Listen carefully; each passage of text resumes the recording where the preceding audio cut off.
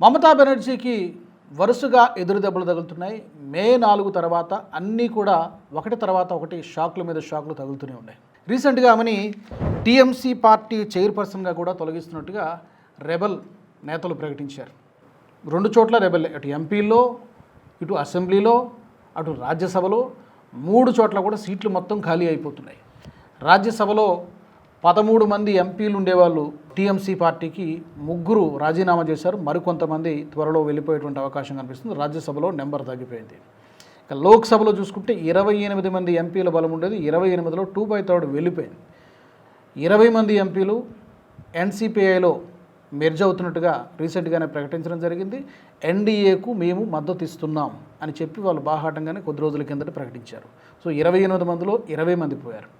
ఇక అసెంబ్లీ విషయానికి వచ్చేసరికి ఇందులో ఆల్మోస్ట్ ఖాళీ. గెలిచిన వాళ్ళు 80 మంది ఎమ్మెల్యేలు అయితే ఈ 80 మందిలో 61 మంది ఇప్పుడు రెబల్స్ గ్రూప్లో ఉన్నారు. వీళ్ళకి రీతా ప్రతాప్ బెనర్జీ నాయకత్వం వహిస్తూ ఉన్నారు. అండ్ ఇక్కడ కొత్తగా అరూప్ రాయ్ టీఎంసీ చైర్పర్సన్గా ఏమి తీసేసి అరూప్ రాయ్ని మేము నియమిస్తున్నామని చెప్పి రెబల్ గ్రూపు నాయకులందరూ కూడా తీర్మానం చేశారు. దీంతో మమతా బెనర్జీకి ఏం చేయాలో పాలుపోవడం లేదు. పార్టీని ఎలా కాపాడుకోవాలి, పార్టీ గుర్తును ఎలా కాపాడుకోవాలి, అసలు పార్టీ పేరు ఉంటుందా, లేకపోతే డెఫినెట్గా నెంబర్ మ్యాండేట్ అటే ఉన్నప్పుడు డెఫినెట్గా అటు వెళ్ళిపోవడానికి అవకాశాలు ఉన్నాయి. మహారాష్ట్రలో ఏం సీన్ అయితే మనం ఎలాంటి దృశ్యాలు మనకు కనిపించాయో, శివసేన విషయంలో, పార్టీ విషయంలో ఏం జరిగిందో, ఉద్ధవ్ ఠాక్రేకి ఏ విధంగా షాక్లు తగిలాయో, అంతకంటే దారుణమైనటువంటి పరిస్థితి రోజున పశ్చిమ బెంగాల్లో మమతా బెనర్జీకి ఎదురవుతోంది. అంతకంటే దారుణమైనటువంటి పరిస్థితులు కనబడుతున్నాయి. రాబోయే 1-2 నెలల్లో మరింత దారుణంగా ఉండేటువంటి అవకాశం ఉంది. ఎందుకంటే ఈ రెబల్ వాళ్ళందరూ కూడా, రెబల్ ఎమ్మెల్యేలందరూ కూడా ఫ్లోర్ టెస్ట్ కండక్ట్ చేయాలని కోరుతూ ఉన్నారు. ఎన్నికల సంఘాన్ని కోరుతామని చెప్తున్నారు. మాదే అసలైన టీఎంసీ అని చెప్పి కోరుతూ ఉన్నారు. మమతా బెనర్జీకి గత 2 డెకేడ్స్లో దాదాపు 15-20 సంవత్సరాల నుంచి అత్యంత సన్నిహితంగా మెలిగినటువంటి వాళ్ళందరూ కూడా ఒక్కొక్కరుగా పార్టీని వీడి వెళ్ళిపోతున్నారు. రెబల్ వర్గంలో చేరుతూ ఉన్నారు. ఇంకా షాకింగ్ విషయం ఏంటంటే సయోని ఘోష్ కూడా రెబల్ గ్రూప్లో చేరిపోయింది. సయోని ఘోష్ చేతిలో చాలా సీక్రెట్స్ ఉన్నాయి. టీఎంసీ పార్టీకి చెందినటువంటివి. అభిషేక్ బెనర్జీకి ఆమెకి జాయింట్ అకౌంట్ ఉన్నది. ఇలాంటి చాలా సయోని ఘోష్ చేతిలో ఉందని చెప్పి అందుకే టీఎంసీ పార్టీ భయపడుతోంది. సయోని ఘోష్ని చూసి ఎలాంటి సీక్రెట్స్ ఆమె బయటపెడుతుందని చెప్పి.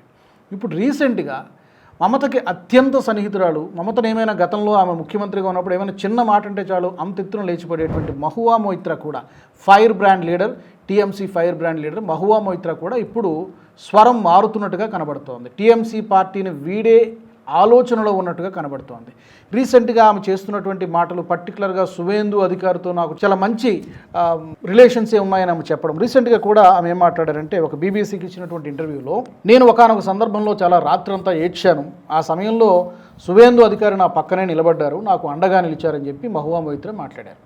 ఇప్పుడు ఇది చెప్పడం వెనక ఏం ఇండికేషన్ ఇస్తూ ఉన్నారు అంటే, వ్యక్తిగతంగా నాకు అతనితో మంచి సన్నిహిత సంబంధాలు ఉన్నాయని చెప్పడం ఒక ఎత్తు, రాజకీయంగా వేరు, ఎందుకంటే గతంలో సువేందు అధికారి కూడా టీఎంసీ నుంచి వచ్చినటువంటి లీడరే కదా. అక్కడ మమతా బెనర్జీ తర్వాత సెకండ్ మోస్ట్ పవర్ఫుల్ లీడర్గా అక్కడ ఎదిగారు, చాలా పోరాటాలు చేశారు, అదంతా కూడా తెలిసినటువంటి విషయమే.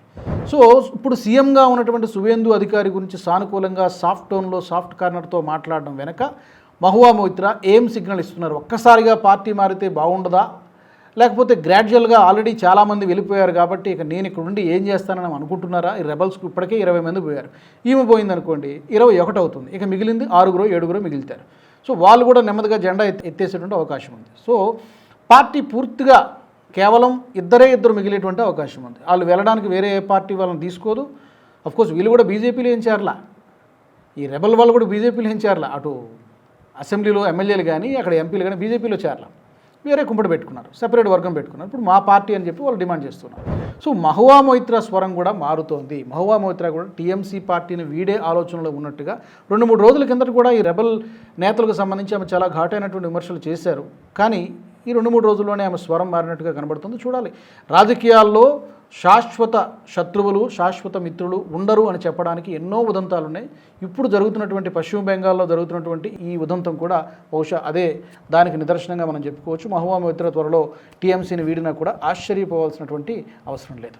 ఈ వీడియో మీకు నచ్చినట్టయితే లైక్ చేయండి, 10 మందికి షేర్ చేయండి. అలాగే కామెంట్ల రూపంలో మీ అభిప్రాయాలను మాతో పంచుకోండి. Nationalist hub group of channels ను సబ్స్క్రైబ్ చేసుకుని తెలుగునాట జాతీయవాద జర్నలిజాన్ని ప్రోత్సహించండి. ఈ వీడియో కింద ఉన్న బెల్ ఐకాన్ పై క్లిక్ చేయడం మర్చిపోవద్దు.